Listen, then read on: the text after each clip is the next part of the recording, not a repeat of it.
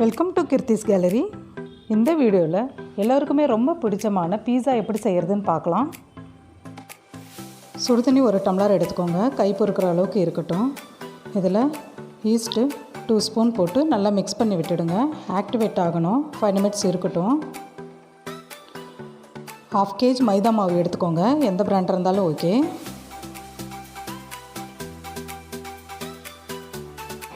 இந்த மைதா மாவோட 1 spoon salt போட்டுட்டு 2 ஸ்பூன் ஆயில் சேர்த்து நல்லா கிளறி விட்டுடுங்க. 5 மினிட்ஸ் ஆகிடுச்சு. இப்போது நம்ம ஈஸ்ட்டு கலக்கி வச்சதை பார்த்துடலாம். பாருங்கள், ஈஸ்ட்டு வந்து ஆக்டிவேட் ஆகிடுச்சு. ஈஸ்ட்டை நம்ம பாலில் கலந்துருந்தோம்னா நல்லா நுரைச்சி மேலே வந்திருக்கும். நம்ம தண்ணியில் கலந்ததுனால பாருங்கள், பபுள்ஸ் மட்டும்தான் தெரியும்.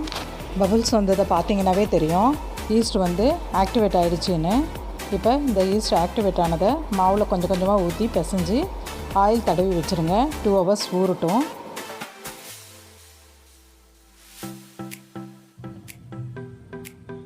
மாவு நல்லா பாருங்கள் டபுள் மடங்கு ஆகிடுச்சு. இப்போது இந்த மாவை எடுத்து 2ஆக பிரிச்சுக்கலாம். இந்த மாவை நல்லா இழுத்து நல்லா பிசைஞ்சுக்கோங்க. மாவை பிசைஞ்சிட்டு நான் வந்து பெரிய பீஸா செய்கிறதுனால 2ஆக பிரிச்சுருக்கேன். இப்போ நீங்கள் வந்து குட்டி குட்டியாக குழந்தைங்களுக்கு செஞ்சு கொடுக்கணும் அப்படின்ற மாதிரி இருந்ததுன்னா இது வந்து 2-3 பீஸா கூட இதில் வரும். அதனால் குட்டி குட்டியாக உங்களுக்கு எந்த அளவுக்கு வேணுமோ அந்த அளவுக்கு நீங்கள் கட் பண்ணி எடுத்து வச்சுட்டு நீங்கள் வந்து பீஸா ரெடி பண்ணிக்கோங்க.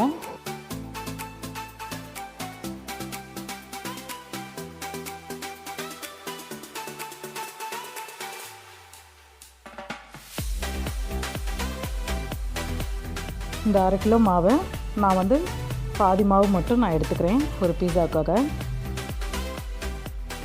பீஸா நல்லா கலர்ஃபுல்லாக வரணுன்றதுக்காக கேப்சிகம் 3 கலரையும் நான் எடுத்துருக்கேன். அப்புறம் பன்னீர், சீஸ் எடுத்துக்கோங்க. பீஸா டாப்பிங் எடுத்துருக்கேன். நீங்கள் வந்து இதுதான் யூஸ் பண்ணணுன்னு அவசியம் இல்லை. நம்ம வந்து வீட்டிலே கூட சாஸ் பண்ணி கூட நம்ம வந்து எடுத்துக்கலாம். ட்ரையான மாவை தூவி விட்டுட்டு இப்போ பீஸாவுக்கு மாவை நம்ம உருட்டிடலாம்.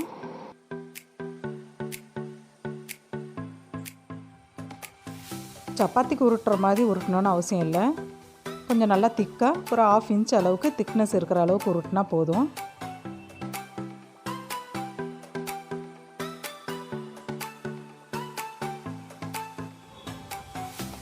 ஒரு பிளேட்டில் ஆயில் தடவி எடுத்துக்கோங்க. எடுத்துட்டு அந்த நம்ம பீஸா உருட்டி இருக்கோம் இல்லையா, இதில் அந்த பிளேட்டில் போட்டுட்டு நல்லா சுற்றியும் நம்ம அந்த பிளேட்டு ஃபுல்லாக கவர் ஆகிற அளவுக்கு நல்லா அழுத்தி விட்டுடலாம். கார்னர்லாம் நல்லா ஹைட்டாக இருக்கிற மாதிரி ப்ரெஸ் பண்ணி விட்டுக்கோங்க.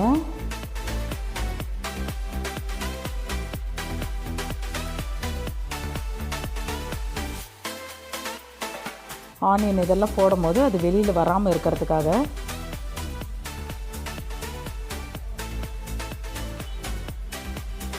அந்த பிளேட்டை சுற்றி நல்லா ப்ரெஸ் பண்ணி விட்டுடுங்க. ப்ரெஸ் பண்ணி விட்டுட்டு ஃபோர்க் வச்சு நல்லா ப்ரெஸ் பண்ணி விட்டுடுங்க, குட்டி குட்டியாக ஹோல்ஸ் வர மாதிரி.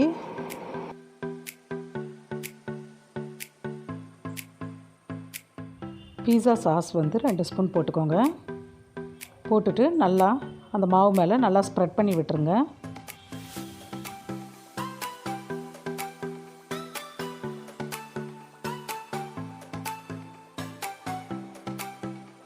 இது மேலே சீஸ் வந்து நல்லா துருகி வச்சதை நல்லா ஸ்ப்ரெட் பண்ணி விட்டுருங்க.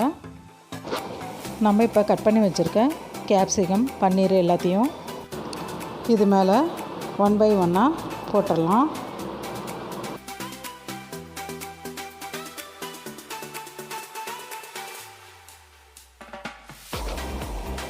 வேக வச்ச ஸ்வீட்கான ஒரு கையளவுக்கு எடுத்து இது மேலே ஸ்ப்ரெட் பண்ணி விட்டுருங்க.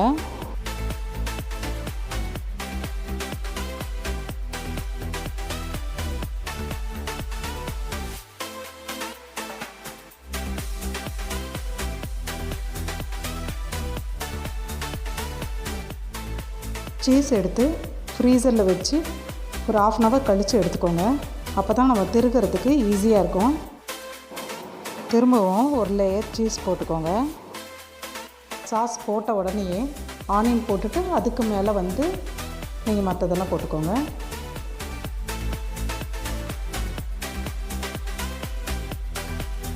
ஃபைனலாக சில்லி ஃப்ளேக்ஸை வந்து நல்லா ஸ்ப்ரெட் பண்ணி விட்டுருங்க. குழந்தைங்களுக்கெல்லாம் கொடுக்குற மாதிரி இருந்தாக்க சில்லி ஃப்ளேக்ஸை வந்து கம்மியாக போட்டுக்கோங்க. குக்கரில் ஒரு ஸ்டாண்டு வச்சுக்கோங்க இந்த மாதிரி. அப்படி ஸ்டாண்டு இல்லாதவங்க நம்ம சாப்பிட்ற பிளேட்டையே கூட கமுத்து போட்டு அது மேலே இந்த மாதிரி பீஸா பிளேட்டை வச்சுட்டு கூட நம்ம வந்து பீஸா ரெடி பண்ணலாம். வச்சுட்டு க்ளோஸ் பண்ணிடலாம். க்ளோஸ் பண்ணிவிட்டு சின்ன பீஸானாக்க உங்களுக்கு 15 மினிட்ஸ் போதும். இப்போ நம்ம பெரிய பீஸா செஞ்சுருக்கிறதுனால 20 மினிட்ஸ் விட்டு நம்ம வந்து எடுத்துடலாம். பாருங்கள், நல்லா பீஸா வெந்திருக்கு. பீஸா இப்போது ரெடி ஆகிடுச்சு. ஒரு 2 நிமிஷம் விட்டுட்டு பீஸாவை கட் பண்ணிவிடுங்க. இது சூடாக இருக்கும் போதே கட் பண்ணால் தான், இல்லைன்னா ஆறிடுச்சுன்னா கட் பண்ணுறதுக்கு ரொம்ப சிரமமாக இருக்கும். மைக்ரோவனே இல்லாமல் ஹோம்மேட் பீஸா எப்படி செய்கிறதுன்னு நீங்களும் வீட்டில் செஞ்சு பார்த்துட்டு உங்களுக்கு எப்படி வந்ததுன்னு கமெண்ட் செக்ஷனில் கமெண்ட் பண்ணுங்கள்.